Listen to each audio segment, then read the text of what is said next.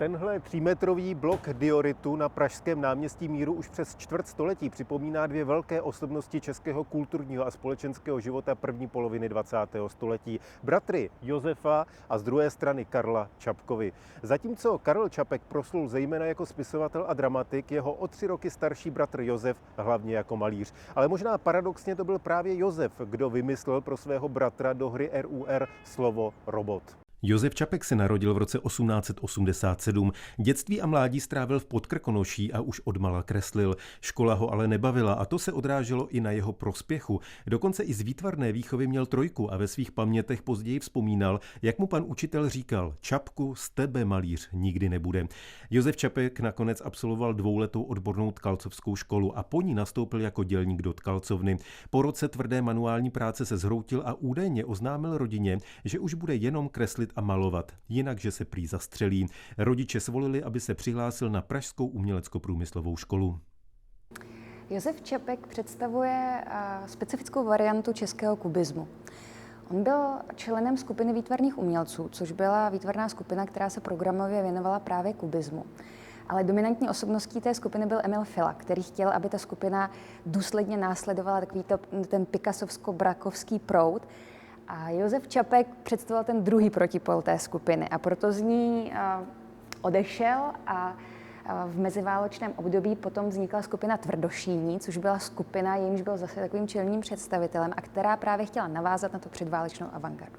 No a ten proud toho čapkovského kubismu je ta vlastně inspirace tím francouzským kubismem s tím, že ale si to každý ten umělec potom modifikuje podle sebe. Takže ta jeho varianta je daleko barevnější, dekorativnější.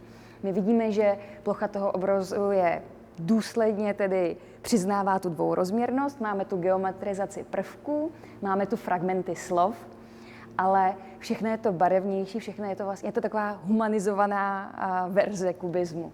Na umělecko-průmyslové škole se Josef Čapek seznámil se svou budoucí ženou Jarmilou Pospíšilovou. Oženil se s ní ale až po 9 letech. Tou dobou už vystavoval své obrazy a také pracoval jako novinář, konkrétně v Národních listech. A rok po svatbě v roce 1920 namaloval Josef Čapek originální autoportrét. Nazval ho Mr. Myself. My poznáváme ty masitérty, kulaté brýličky, umělce v obleku, ale nestojí tu s paletou a štětcem. Je to moderní muž kouřící cigaretu, druhou ruku má ležérně v kapse a je ale obklopen fragmenty slov, jako jsou rámy, plátno. My tady vidíme i položená plátna v rohu se signaturou JČ. A zároveň je tu slovo barvy, ale to, jak je tady rozložené, vlastně ukazuje i na slovo bar, takže celý ten obraz vlastně dostává i takový jako další odlehčenou rovinu.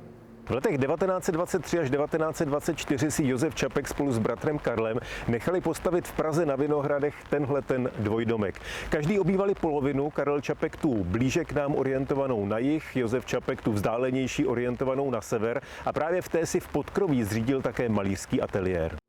Oni vlastně vstoupili na literární scénu pod značkou Bratři Čapkové. A to se vztahovalo i k tomu, že oni oba dva se zajímali o výtvarné umění. Karel Čapek tedy teoreticky, ale společně recenzovali výstavy, společně cestovali do Paříže a ten zájem skutečně sdíleli společně a ty jejich názory například na výtvarné umění bych řekla, že byly hodně stejné, hodně spojené. Takže do téhle míry to bylo zásadní. Samozřejmě ta rovina toho, že ty divadelní hry, co spolu psali, tak potom Josef Čapek doplňoval scénografickými návrhy. I tady je vidět ta spolupráce. No a přestože oni potom někdy od roku 1926 už spolu netvořili jako ta umělecká dvojice, tak ale bydleli v jedné vile, sdíleli názory na politiku, sdíleli spolupráci v novinách, zájem o zahradničení a řekla bych, že právě i ty názory na to umění zůstaly stejné a bylo to téma, o kterém mohli diskutovat. Oba bratři Čapkové v roce 1921 přišli z Národních listů do Lidových novin, kde oba zůstali vlastně až do konce první Československé republiky. A ve stejném roce, tedy v roce 1921, měla premiéru hra Karla Čapka RUR, která do češtiny a následně i do angličtiny a do dalších světových jazyků přinesla slovo robot. Karel Čapek chtěl původně umělé bytosti pojmenovat labor a později vzpomínal, jak právě jeho bratr Josef během malování se štětcem v ústech navrhl slovo robot. Josef Čapek zdaleka nebyl jenom malířem obrazů. Byl také karikaturistou, scénografem, redaktorem Lidových novin a také spisovatelem. V roce 1929 poprvé vyšlo povídání o pejskovi a kočičce. Tuhle knížku původně napsal a namaloval pro svou dceru Alenku. A populární je dodnes. Příběhy o tom, jak pejsek s kočičkou vařili dort nebo myli podlahu, znají také čtenáři v zahraničí. Vyšla totiž v řadě překladů, mimo jiné i v arabštině nebo v japonštině.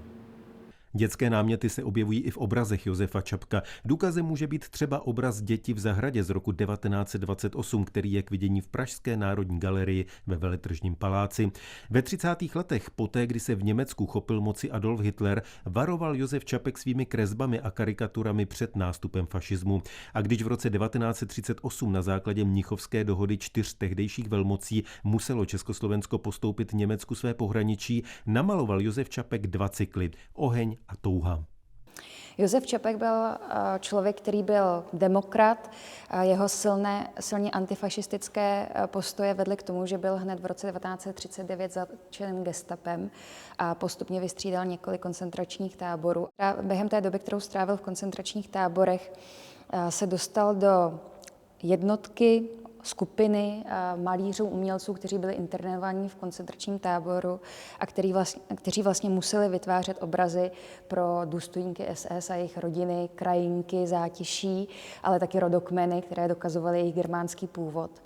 Zároveň on do dopisů svým přátelům a rodině občas kreslil drobné kresbičky nebo na útržky papíru zachycoval kresby toho, co se dělo v koncentračním táboru, ale někdy i scény, které byly naopak zachycením obyčejného života, dětských her nebo výjevů matek a dětí.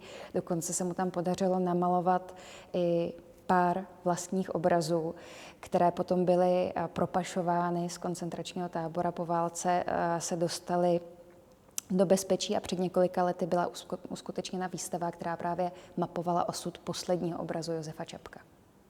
Skutečné místo ani datum smrti Josefa Čapka ani o 3/4 století později neznáme. Jeho symbolický hrob je na pražském Vyšehradě.